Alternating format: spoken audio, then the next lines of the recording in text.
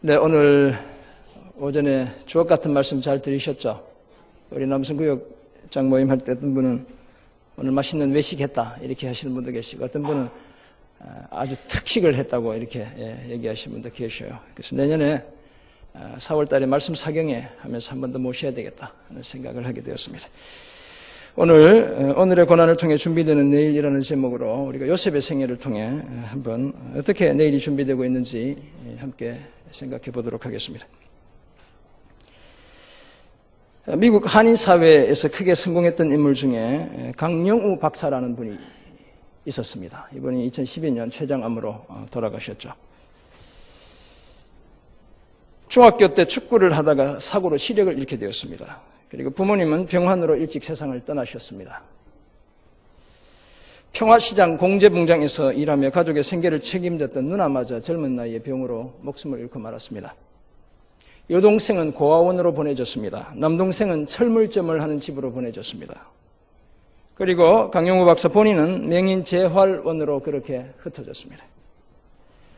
장애를 딛고 연세대를 졸업한 후 미국 피츠버그 대학에서 교육학으로 석박사학위를 땄습니다. 그리고 일리노이 대학에서 교수를 지냈습니다. 대단했죠. 그리고 부시 정부에서 7년간이나 아버지와 아들의 이 정권을 잡고 있을 아들일 때네요.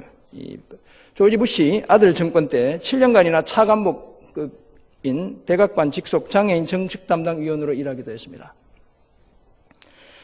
그는 이렇게 말했습니다. 실명이라는 장애는 자신의 최고의 자산이었다. 실명이라는 그 장애가 자신의 최고의 자산이었다라고 말했습니다. 그런데 제가 미국에 있던 2009년 1월, 이번에는 그의 둘째 아들 크리스토퍼 강이라는 둘째 아들이 있습니다. 강진영이라고 한국 이름을 가졌는데, 이 둘째 아들이 입법관계 특별보좌관으로 백악관에서 일하게 되었습니다. 한국인 최초로 아버지와 아들이 백악관에서 차례로 일하게 되는 사례였습니다. 2009년 1월 16일은 아버지 강용호 박사는 조지 부시와 함께 백악관을 떠났고, 둘째 아들 크리스토퍼 강은 버락 오바마와 함께 백악관에 입성하는 가족 간의 정권 교체가 이루어지게 되었습니다. 사랑하는 성도 여러분, 우리는 모두 정도의 차이는 있지만 저마다 서로 다른 고난이라는 십자가를 지고 이 땅을 살고 있습니다. 그렇다면 각자가 겪는 고난 속에서 우리는 과연 어떤 삶을 살고 있는지 스스로에게 물어볼 필요가 있습니다. 다 포기해버리고 싶을 때, 도무지 피할 방법이 없다고 생각될 때 우리는 과연 어떤 자세로 그 고난을 감당해야 하는 것이겠습니까? 창세기에 투영된 요셉의 모습은 우리가 당하는 억울한 고난 중에 어떤 자세로 믿음의 삶을 감당해야 하는지 그 길을 저와 여러분에게 제시하고 있습니다. 그것은 다름 아니라 오늘의 고난을 통해 내일을 준비해야 한다는 것입니다. 그래서 오늘 제가 설교 제목을 바로 그렇게 잡았습니다. 오늘 보면 창세기 45장 1절에서 8절에 따르면 애굽에서 형들을 만난 요셉은 자신의 모든 고난이 다 하나님의 계획 아래 있었다고 말했습니다. 그래서 오늘 보면 5절을 보면 형들에게 자신을 팔았다고 근심하거나 한탄하지 말라고 말하고, 하나님이 생명을 구원하시려고 나를 당신들보다 먼저 보내셨을 뿐이라고 이야기하고 있습니다. 역사의 주인이신 하나님께서 형들의 불순한 동기마저 생명을 살리는 데 사용하셨다고 고백했던 것입니다. 오늘 극심한 삶의 고난 속에서 우리의 자세 또한 요셉의 그것과 동일해야 하는 이유가 바로 여기에 있습니다. 지금은 도무지 그 이유를 다 알 수 없지만 고난의 강을 건넌 다음 우리의 모든 고난도 하나님의 계획 아래 있었음을 확실히 알게 되기 때문에 그렇습니다. 뿐만 아니라 오늘의 고난을 통해 오히려 더 소중한 내일이 준비되었다고 자신 있게 말할 수 있게 될 것이기 때문에 그렇습니다. 이런 내용을 담고 있는 오늘 본문을 비롯한 창세기에 등장하는 요셉의 이야기를 통해 요셉이 오늘의 고난 속에서도 내일을 준비할 수 있었던 이유 몇 가지를 우리는 찾아볼 수 있습니다. 먼저 비록 철없는 꿈쟁이였지만 요셉은 비전의 사람이었기 때문에 그렇습니다. 둘째, 절망의 자리에 놓여 있었지만 늘 경건하고 성실한 삶을 연습했기 때문에 그렇습니다. 그리고 끝으로 참 외로운 날들을 지냈지만 늘 하나님과 함께하는 삶을 살았기 때문에 그런 것입니다. 창세기 37장에서 시작된 요셉의 이야기가 창세기 50장에서 요셉의 죽음으로 마감되면서 창세기도 끝을 맺게 됩니다. 그런데 왜 이렇게 요셉의 이야기가 아브라함도 아니고 이삭도 아니고 야곱도 아니고 왜 이 요셉의 이야기가 창세기에 이렇게 많은 부분, 더군다나 그것도 뒷부분의 대부분을 차지하고 있는 것일까? 그 첫 번째 이유는 아브라함을 향한 하나님의 약속이 어떻게 실현되고 있는지를 보여주기 위해서이고, 둘째는 창세기 뒤에 나오는 출애굽기의 내용과 연결시키기 위해서인 것입니다. 그리고 셋째로는 고난 속에서 믿음을 지키고 늘 하나님 편에 선 요셉의 복된 삶을 오늘 저와 여러분에게 강조하기 위해서 그런 것입니다. 이 요셉의 이야기 중에 오늘 우리 김충환 목사님이 봉독해준 본문은 그 클라이맥스, 절정에 해당하는 본문입니다. 왜냐하면 자기를 판 형들을 용서할 뿐만 아니라 이 모든 것이 다 하나님의 뜻 안에서 이루어진 것이다 라고 고백하기 때문에 그렇습니다. 그렇다면 어떻게 보면 오늘 본문은 요셉 이야기의 주인공이 요셉이 아니라 사실 하나님이다. 창세기에 등장하는 믿음의 조상들, 저들이 창세기의 주인공이 아니라 바로 하나님 자신이라고 말씀하고 있다라고 이해할 수 있는 것입니다. 그런데 요셉이 오늘의 고난 속에서도 내일을 준비할 수 있었던 보다 구체적인 이유는 과연 무엇이겠습니까? 그것은 다름 아니라 첫째는 비록 철없는 꿈쟁이였지만 하나님의 비전의 사람이었기 때문에 그런 것입니다. 흔히 우리는 요셉을 두고 꿈쟁이 요셉이라고 이야기합니다.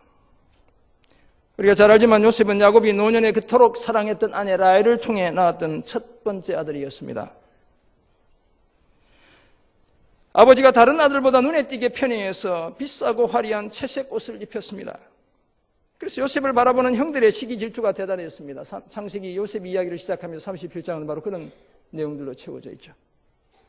설상가상으로 이 요셉이 어느 날 꿈을 꾸게 되었습니다. 철부지 요셉은 형들의 불쾌해할 그 반응은 전혀 생각지도 않고 그냥 자기 꿈을 자랑하고 다녔습니다. 밭에서 곡식단을 묶고 있는데 자기 단이 갑자기 일어서고 형들의 단은 자기를 둘러서서 절을 했다는 것입니다.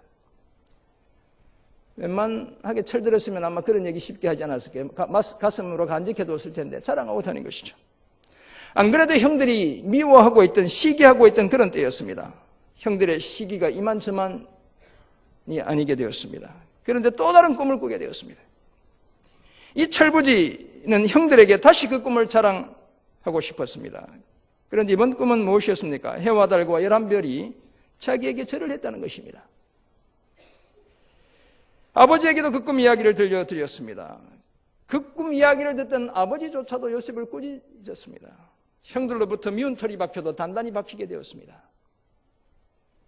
물론 결과적으로는 아버지 야곱과 형들이 하나님의 섭리를 내다보지 못하고 섣불리 꾸짖고 시기하게 했지만 사실 1차적으로는 요셉의 철없는 행동이었다.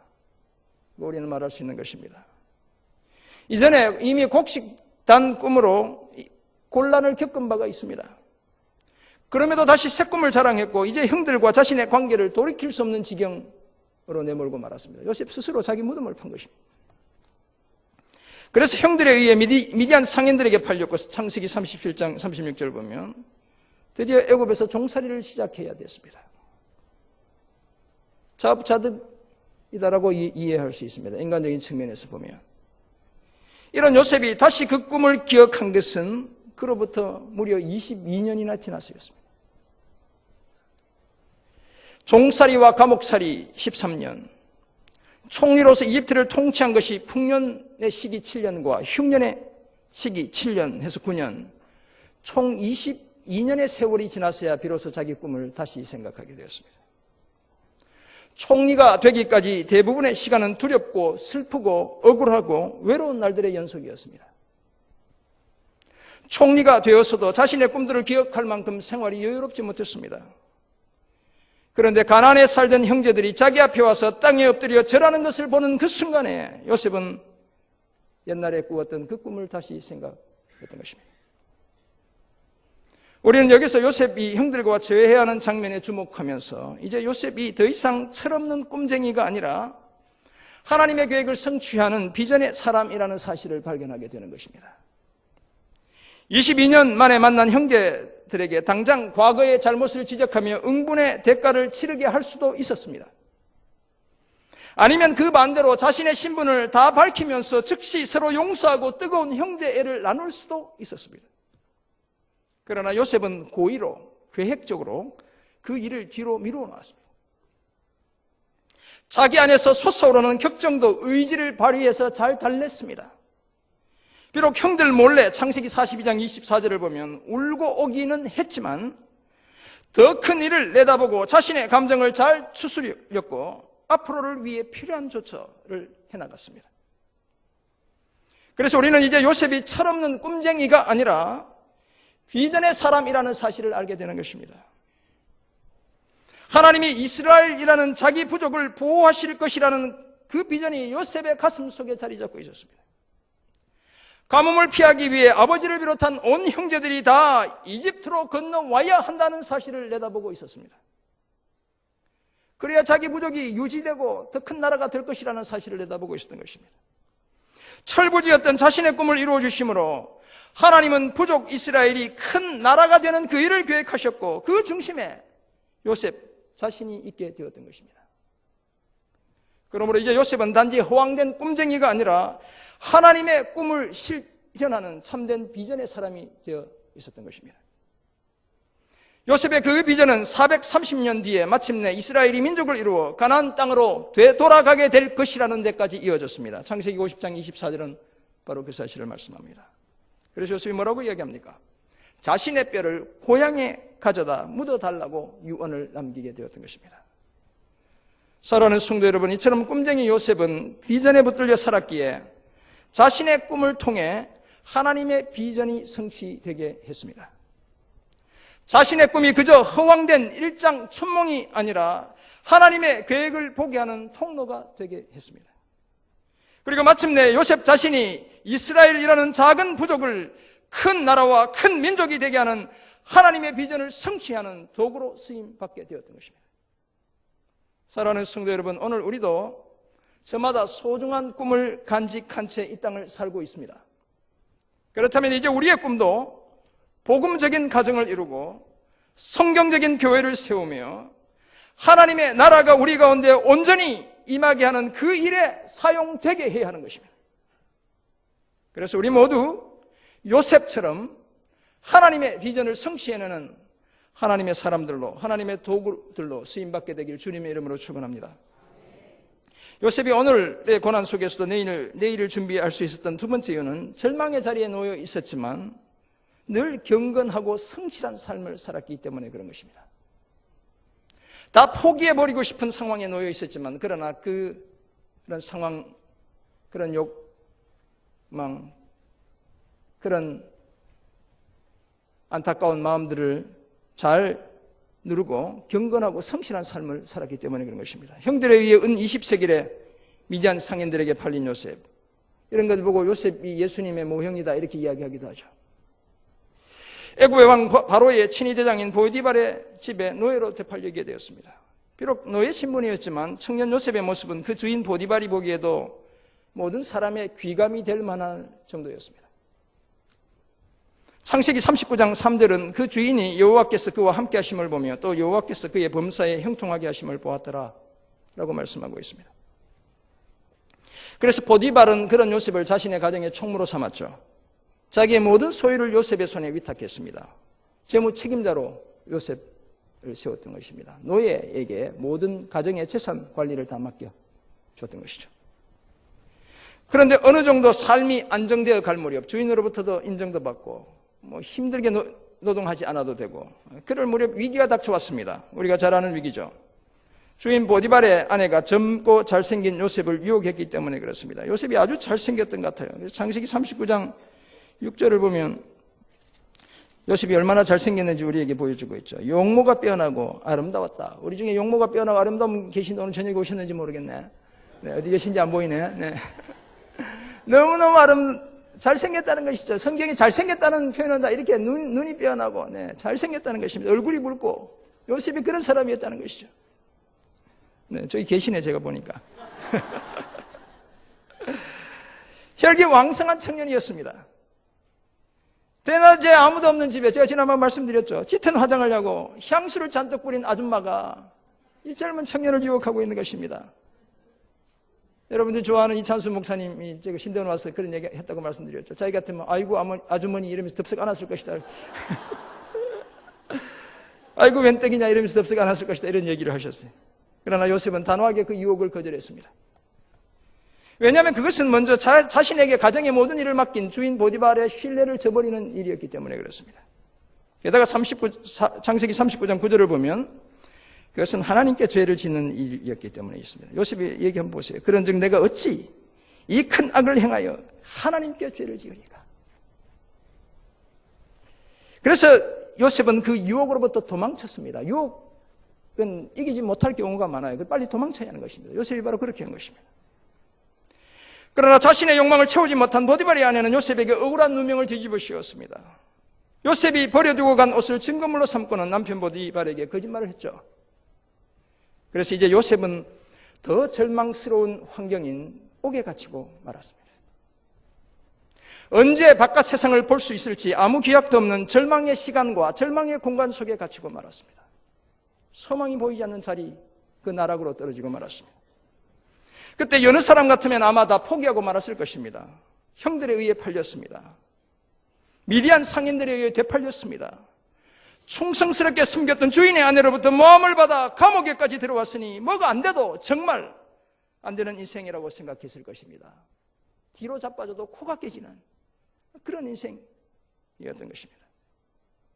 그러나 요셉은 그냥 그렇게 주저앉지 않았습니다. 하나님은 여전히 요셉과 함께 하셨고 간수장으로부터도 그 감옥 속에서 은혜 받게 하셨습니다.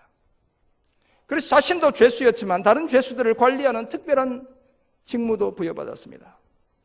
창세기 39장 23절을 보면 감옥에서조차 하나님께서 요셉과 함께 하셨고 그를 범사에 형통하게 하셨다라고 말씀하는 것입니다.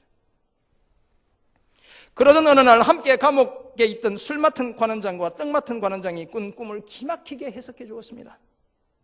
그러나 다시 바로 앞에 서게 된 술 맡은 관원장은 까마득히 요셉을 잊고 지냈습니다. 창세기 40장 23절을 보면 그런 요셉을 기억조차 하지 못하고 잊어버렸다. 요셉은 잊혀진 존재로 살았습니다. 아버지로부터 이제 죽었다고 생각했기에 잊혀진 존재였습니다. 형제들로부터 완전히 어딘가로 팔려갔으니까 이제 우리는 다시 볼 필요 없는 존재였습니다. 자신을 잠시 인정했던 보디발로부터 그리고 꿈을 해석해 주었던 술 맡은 관원장으로부터도 다 잊혀진 채 살아야 했습니다. 그러나 정말 다행스럽게도 누가 요셉을 잊지 않고 계신 것입니까? 하나님은 잠시도 이 요셉을 잊지 않고 계셨던 것입니다. 오히려 절망 속에 갇혀있는 요셉을 통해 하나님이 계획하시는 그 내일을 한치의 착오도 없이 준비하고 계셨던 것입니다. 그렇게 보디발의 집에서 노예와 죄수로 지낸 세월이 무려 13년이었습니다.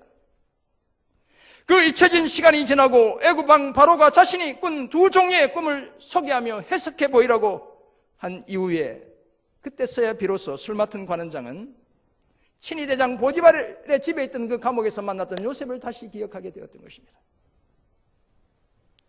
그리고 그때는 이미 요셉이 보디발의 집과 감옥에서 총무와 재무와 인사관리 등 다양한 실무 경력을 쌓아놓은 바로 그런 때였습니다. 충분히 자질을 갖춰놓은 때였던 것이죠.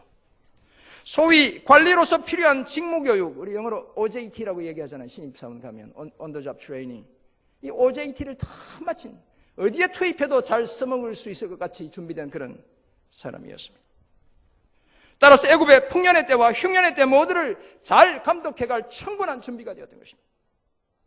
이처럼 하나님은 절망의 시간과 공간 속에서 오히려 요셉을 준비시키셨습니다. 요셉은 머물던 곳곳에서 경건함과 성실함을 놓치지 않았습니다. 이렇게 준비된 요셉에게 하나님은 애굽과 이스라엘 모두의 운명을 맡겨주셨던 것입니다. 요셉은 소망의 빛이 전혀 비치지 않는 그때에도 경건하고 성실한 삶을 살아 하나님이 형통케 하시는 복을 누릴 수 있었던 것입니다. 삼포시대, 사포시대를 살아가는 우리 청년들, 요셉에 비하면 아무것도 아니야. 하나님이 어떻게 빚어가실지 모르는 거예요. 이렇게 이야기하면 우리를 잘 몰라서 그런다 그래요. 그래서 그 마음도 이해해. 근데 오늘 성경에 따르면 요셉에 비하면 아무것도 아니라는 거예요. 사랑하는 성도 여러분, 사람들은 절망 속에 갇혀 있는 우리를 잊고 살아가도 하나님은 결코 우리를 잊지 않으시는 분입니다. 하나님이 필요로 하시는 때에 반드시 저와 여러분을 세상 가운데 드러내실 분이 바로 하나님이신 것입니다. 잊혀진 세월처럼 지내는 그 절망의 시간이 오히려 더 밝고 아름다운 내일을 준비하는 그 시간이 되게 해 주실 것입니다. 이 사실을 기억하고 절망의 시간에 오히려 경건함과 성실함을 더욱 연습해 하나님의 필요에 따라 반드시 쓰임받는 저와 여러분 모두가 되시기를 주님의 이름으로 축원합니다. 요셉이 오늘의 고난 속에서도 내일을 준비할 수 있었던 마지막 이유는 참 외로운 날들을 지냈지만 늘 하나님과 함께하는 삶을 살았기 때문에 그렇습니다. 다 외로우시죠? 대체로 외로우시죠? 우리는 더불어 사랑하는 남편과 같이 있어도 아내와 같이 있어도 외로울 때가 있죠. 요셉의 이 외로움은 이런 말로 다 할 수 없었습니다. 비록 아버지의 사랑을 독차지했지만 알고 보면 요셉도 참 외로운 삶을 살았습니다. 아버지의 사랑을 그토록 받던 어머니는 동생 베냐민을 낳다가 난산으로 인해 그만 목숨을 잃고 말았습니다. 요셉도 아직도 어머니의 사랑이 필요한 그때였을 것입니다. 그 어머니를 잃게 되었던 것이죠. 아버지의 편애 때문에 형들의 시기와 질투도 이만저만이 아니었습니다. 형들로부터 이게 11번째 아들이니 그 동생 얼마나 사랑받았으면 좋겠어요. 늘 시기 질투의 대상이었습니다. 더구나 가끔씩 꿈자랑을 해서 형들로부터 왕따를 당하던 외로운 동생이었던 것입니다. 마침내 형들에 의해 노예로 팔렸고 억울한 누명을 썼고 그 누구도 면회 한 번 오지 않는 감옥에 오랜 세월 동안 갇혀 지냈습니다. 사춘기를 지나던 10대 후반부터 30대 초반까지의 긴 시간 동안 타국에서 노예와 죄수로 경험했던 인생의 그 외로움이 이만저만이 아니었을 것입니다. 형들을 다시 만나 자신을 팔았던 그 이야기를 들었을 때, 그리고 형들이 동생 베냐민을 데려와 다시 만났을 때 요셉이 뜨겁게 흘렸던 그 눈물은 바로 외로움과 그리움을 적나라하게 보여주는 눈물이었던 것입니다. 그러나 이런 외로움을 덮고도 남는 더불어 사는 삶이 요셉의 인생에 있었습니다. 그것이 바로 하나님과 함께하는 삶이었던 것입니다. 요셉이 긴 고난의 시간을 지나 내일을 준비할 수 있었던 가장 중요한 이유는 이처럼 하나님이 늘 요셉과 함께 계셨기 때문에 그런 것입니다. 그래서 창세기 39장에서 요셉의 형통을 말하는 곳곳에서 여호와께서 요셉과 함께 하셨다, 4번씩이나 반복해서 말씀하고 있는 것입니다. 여호와 하나님이 함께 하셨기에 요셉은 그 외로운 날들 동안 끝까지 믿음의 길을 달려갈 수 있었습니다. 어디를 가든지 어떤 형편 속에서도 하나님이 주시는 그 형통함을 누릴 수 있었습니다. 하나님과 함께하는 이런 요셉의 삶을 보디발이 보았습니다. 감옥의 간수장도 보았습니다. 애굽의 왕 바로도 보았습니다. 그 바로 앞에서 요셉은 자기의 꿈 해석도 자기의 지혜에서 나온 것이 아니라 여호와 하나님에게서 나온다라고 고백했습니다. 그리고 이런 요셉에 대한 바로 왕의 평가가, 애굽 왕 바로의 평가가 창세기 41장 38절 39절에 나옵니다. 38절을 보면 요셉은 어떤 사람이었습니까?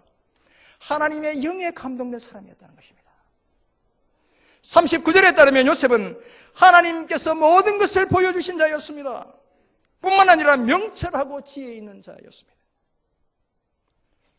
오늘 창세기 45장 본문에서 자신이 요셉이라는 사실을 알게 된 형들이 놀라며 큰 두려움에 사로잡히자 요셉은 하나님이 생명을 구하시려고 나를 당신들 앞서 보내셨나이다 라고 말하며 형들을 안심시켰습니다.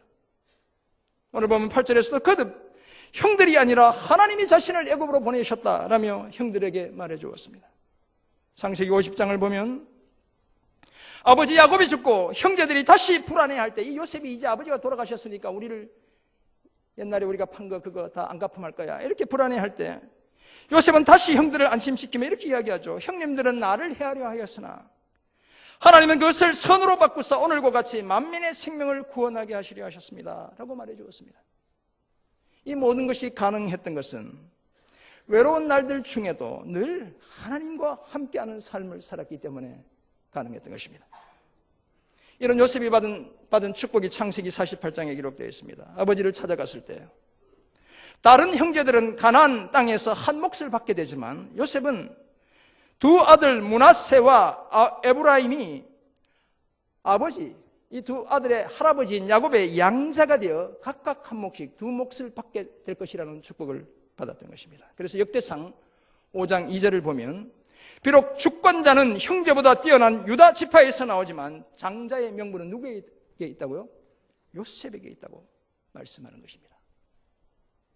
사랑하는 성도 여러분, 그렇다면 고난의 오늘을 살며 외로움에 신음할 때 우리가 반드시 기억해야 할 사실 한 가지가 있습니다. 그것이 바로 하나님은 언제 어디서나 우리와 늘 함께 계신다는 바로 이 사실입니다. 우리의 형통함은 우리 자신의 능력이나 우리가 처한 환경에 있지 않고, 그렇다면 오직 하나님께 달려있는 것입니다. 타고난 출신 성분이 우리의 운명을 결정하는 것이 아니라 하나님이 저와 여러분의 운명을 결정하는 것입니다. 사랑하는 우리 청년 여러분, 하나님이 여러분의 운명을 결정하는 것입니다. 이 사실을 기억하고 외로운 시간 속에서 오히려 하나님의 함께 하심을 경험하며 하나님이 열어가시는 밝고 환한 내일을 준비하는 저와 여러분 모두가 되시기를 주님의 이름으로 축원합니다. 그렇다면 오늘의 고난을 통해 오히려 더 아름다운 내일을 준비하는 요셉의 삶을 바라보는 오늘 우리 각자의 삶은 구체적으로 어떠해야 하는 것이겠습니까? 두 가지를 말씀드립니다. 하나님의 비전이 우리의 꿈이 되게 해야 합니다. 우리도 얼마든지 미래에 대한 좋은 꿈을 꿀 수 있습니다. 여러분 오늘 밤에 가서 아주 아름다운 꿈을 꾸시면 좋겠어요. 막 소가 그냥 걸어 들어오는 이런 꿈들을 좀 꾸시면 좋겠어요. 다른 사람들보다 더 높은 위치에 이르고 더 많이 가지고 더 주목을 받는 그런 인생을 설계할 수 있으면 좋겠습니다. 그러나 이 모든 것이 하나님의 비전, 하나님의 꿈과 연결되어야 하는 것입니다. 역으로 말하면 하나님의 비전이 저와 여러분의 꿈이 되게 해야 하는 것입니다. 하나님의 꿈을 우리가 이 밤에 꾸면 좋겠습니다.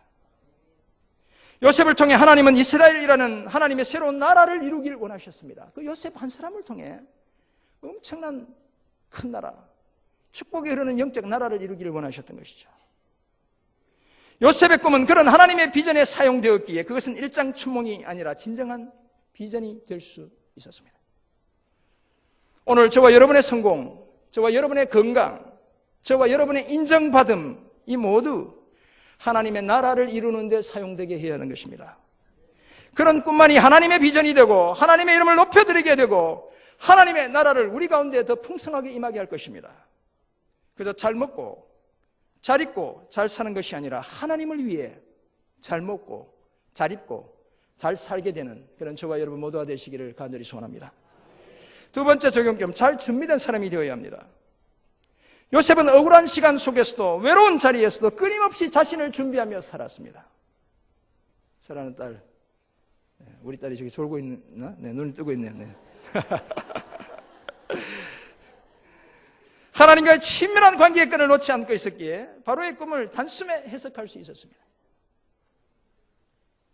관리와 행정 능력을 겸비했기에 30살에도 애굽의 총리가 될 수 있었습니다. 우리 딸이 조금 놀랬겠죠?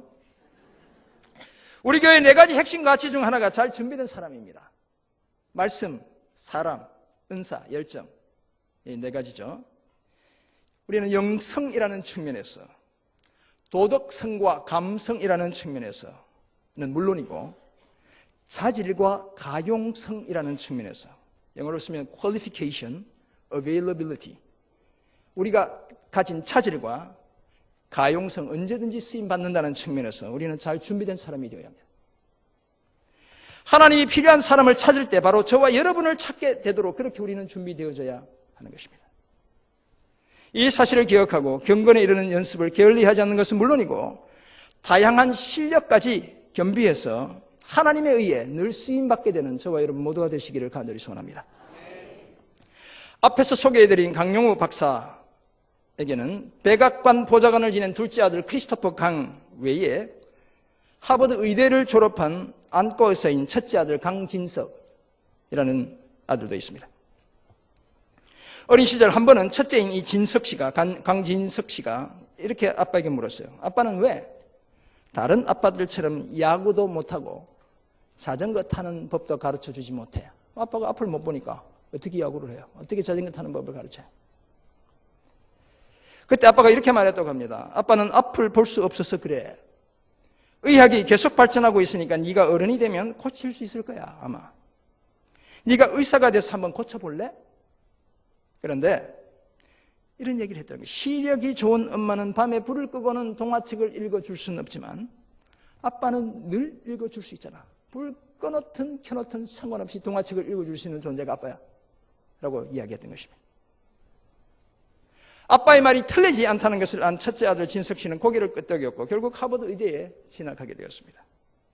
진석 씨가 하버드 의대에 합격할 수 있었던 가장 큰 이유 중에 하나는 아버지의 이런 이야기를 쓴 에세이, 미국은 수학, 영어, 그 다음에 에세이 이렇게 중요하거든요, 시험에.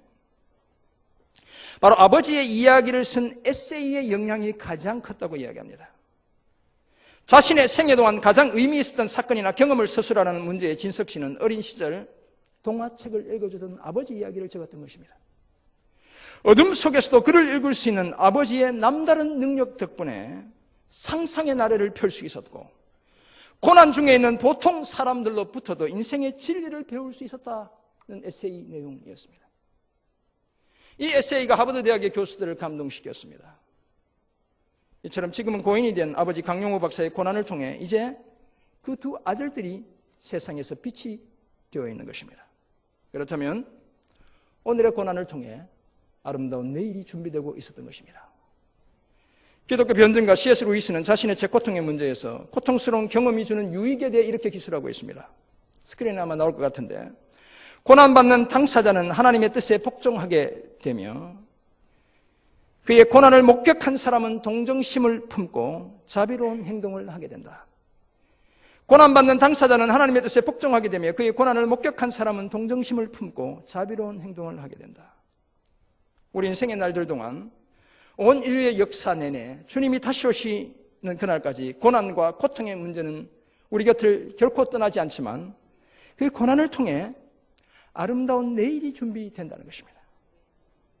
사랑하는 성도 여러분, 그렇다면 요셉의 삶을 바라보는 우리의 선택은 과연 무엇이어야 하겠습니까? 그것은 다름 아니라 고난 중에도 하나님이 주신 비전을 끝까지 붙드는 것입니다. 아무리 소망이 없는, 아무런 소망도 없는 절망 중에도 그 비전을 이루기 위한 준비를, 영적인 준비와 우리의 실제적인 준비를 게을리하지 않는 것입니다. 극심한 외로움을 느낄 때 하나님이 함께 하심을 확신하는 것입니다. 그 확신 속에서 하나님의 비전이 저와 여러분의 꿈이 되게 하고 언제든지 하나님이 쓰시기에 합당한 사람으로 우리를 준비해 나가는 것입니다. 요셉의 이런 삶의 태도를 우리의 태도가 되게 한다면 우리도 모든 오늘의 고난 중에 오히려 아름다운 내일이 준비되게 하는 지혜로운 자로 우뚝 서게 될 것입니다. 그래서 우리도 하나님의 영의 감동을 받은 자라는 평가를 받게 될 것입니다. 한 몫이 아니라 두 몫을 받게 되는 그런 축복도 누리게 될 것입니다. 가정과 교회와 민족을 살려내는 위대한 영적 인물들이 될 것입니다. 오늘의 고난을 통해 이토록 아름다운 내일을 준비해가는 저와 여러분 모두가 되시기를 주님의 이름으로 축원합니다. 아멘. 기도하겠습니다. 하나님 아버지, 절망의 시대를 살고 있다고 말하는 우리 사랑하는 젊은이들, 주님 그 고난을 통해 아름다운 내일이 준비되는 은혜와 축복 허락해 주옵소서. 사랑하는 주님의 백성들 가운데 주님 정말 주님 앞에 설 때마다 그저 울 수밖에 없는, 가슴을 칠 수밖에 없는, 신음 소리를 낼 수밖에 없는 그런 고난 속에 있는 주님의 자녀들이 있습니까? 주님, 오늘 우리의 이 고난을 통해 주님이 계획하신 아름다운 날들이 준비되도록 은혜 내려 주옵소서. 우리는 주님과 함께하는 삶을 연습하게 하옵소서. 경건과 성실함을 놓치지 않게 하시고 하나님의 꿈을 볼 수 있는 우리의 눈을 열어 주옵소서. 감사드리며 축복하며 예수 그리스도의 이름으로 기도드립니다. 아멘. 네, 찬송 부르기